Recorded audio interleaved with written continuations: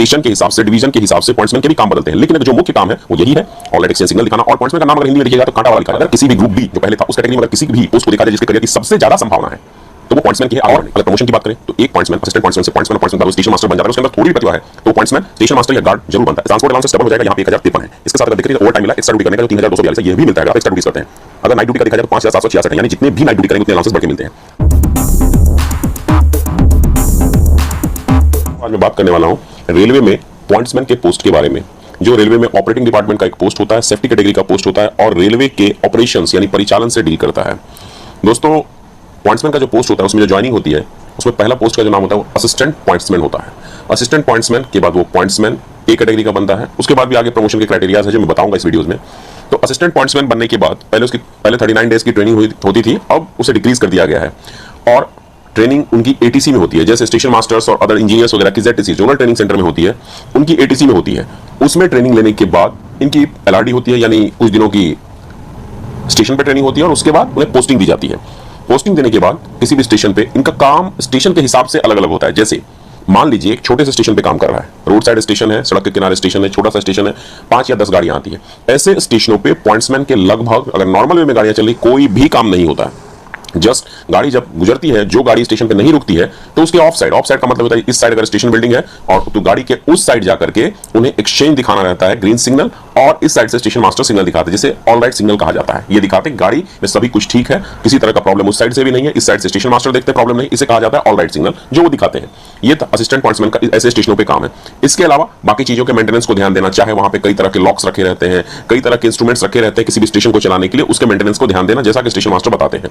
उसके बाद अगर उससे बड़े स्टेशन पे आप काम कर रहे हैं, मिड लेवल का स्टेशन है, ना बहुत बड़ा है ना बहुत छोटा है, तो उनकी थोड़ी से काम की परिधि बढ़ जाती है, थोड़ा सा काम का लेवल बढ़ जाता है।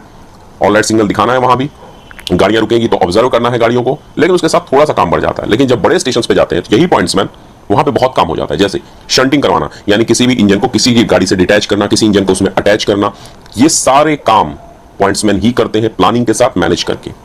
लेकिन यही पॉइंट्समैन जब डिवीजन में पोस्टिंग होती है किसी रेलवे के ऑफिस में तो वो क्लरिकल वर्क करते हैं, यह भी ऑप्शन अवेलेबल रहता है।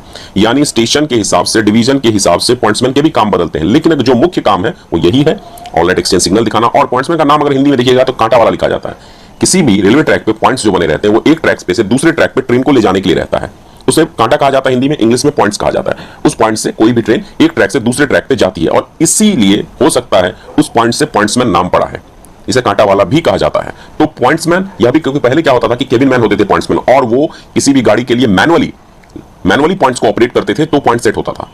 अब हालांकि इलेक्ट्रिकली ऑपरेट होने लगा है तो कोई बात नहीं। हाँ, जब अनयूजुअल होता है, जब फेल्यूर हो जाता है सिग्नल का और पॉइंट्स का, तब जाकर उसे पॉइंट्स को मैनुअली ऑपरेट करना होता है स्टेशन मास्टर के ऑब्जर्वेशन में। वो भी तो अबव ऑल अगर देखा जाए छोटे स्टेशनों पे और मिड लेवल स्टेशनों पे पॉइंट्समैन बहुत आराम के साथ काम करता है। और अगर प्रमोशन की बात करें तो एक पॉइंट्समैन असिस्टेंट पॉइंट्समैन से पॉइंट्समैन और पॉइंट्समैन के बाद वो स्टेशन मास्टर बन जाता है। उसके अंदर थोड़ी भी प्रतिभा है तो पॉइंट्समैन स्टेशन मास्टर या गार्ड जरूर बनता है। इसके अलावा डिवीजन में कई तरह के जीडीसी के पोस्ट निकलते रहते हैं जो जनरल डिपार्टमेंटल कॉम्पिटिटिव एग्जामिनेशन के होते हैं, जो कोई भी रेलवे निकालती है, जीडीसी या LDC, limited departmental competitive examination. ये सारे जो होते हैं उसमें सिर्फ डिपार्टमेंट के लोग एग्जाम दे सकते हैं। बाहर अगर आप देखेंगे 100 सीट्स के लिए 1000 और 10,000 से ऊपर लोग रहते हैं, लेकिन यहाँ डिपार्टमेंटल एग्जाम होते हैं। अगर 100 सीट और कई बार 150 कैंडिडेट भी नहीं रहते एग्जाम देने, वहां पर इनके कंपीट करने की संभावनाएं बहुत बढ़ जाती है। और कई पॉइंट्समैन स्टेशन मास्टर बनते हैं, स्टेशन मास्टर से कंट्रोलर बने हैं, ऐसे मेरे जानकारी में उदाहरण है। तो अगर किसी भी ग्रुप डी जो पहले था उस कैटेगरी में अगर किसी भी पोस्ट को देखा जाए जिसके करियर की सबसे ज्यादा संभावना है तो वो पॉइंट्समैन की है आगे बढ़ने की। और दूसरी चीज, पॉइंट्समैन में काम करने से एक स्टैंडर्ड लेवल आता है। नॉर्मली वो एक ऑफिस में काम करता है, उसका एक स्टिपुलेटेड टाइम होता है काम का, उसे कभी भी बुलाया नहीं जाता, पर्टिकुलर आवर्स में काम करता है। कई जगह पे पॉइंट्समैन की ड्यूटी 8 आवर्स की और कई जगह पे पॉइंट्समैन की ड्यूटी 12 घंटे की होती है। हाँ, उसे ओवर टाइम भी दिया जाता है, सैलरी भी। मैं आगे एक किसी पॉइंट्समैन के सैलरी स्लिप पे भी डिस्कशन करने वाला। तो ओवरऑल अगर ग्रुप डी कैटेगरी जो पहले थी अब ग्रुप सी ही हो गई है, में देखा जाए तो पॉइंट्समैन का जॉब बेहतरीन जॉब है करने के लिए। आइए बात करते हैं पॉइंट्समैन के सैलरी के बारे में। मैंने यहाँ पे एक 7 साल वर्क किए हुए किसी पॉइंट्समैन का सैलरी स्लिप लिया है, जिसमें अगर इनकी ग्रॉस सैलरी देखी जाए तो 38,936 है, नेट सैलरी 28,862 रुपीज है, जिसमें डिडक्शन इसके 10,074 या 10,074 का है। इसमें कुछ इसके अपने डिडक्शन है, कुछ जो डिडक्शन परमानेंट होते हैं। जैसे बेसिक देखा जाए 23,100 है, जो कि इनिशियल में 18,000 रहेगा।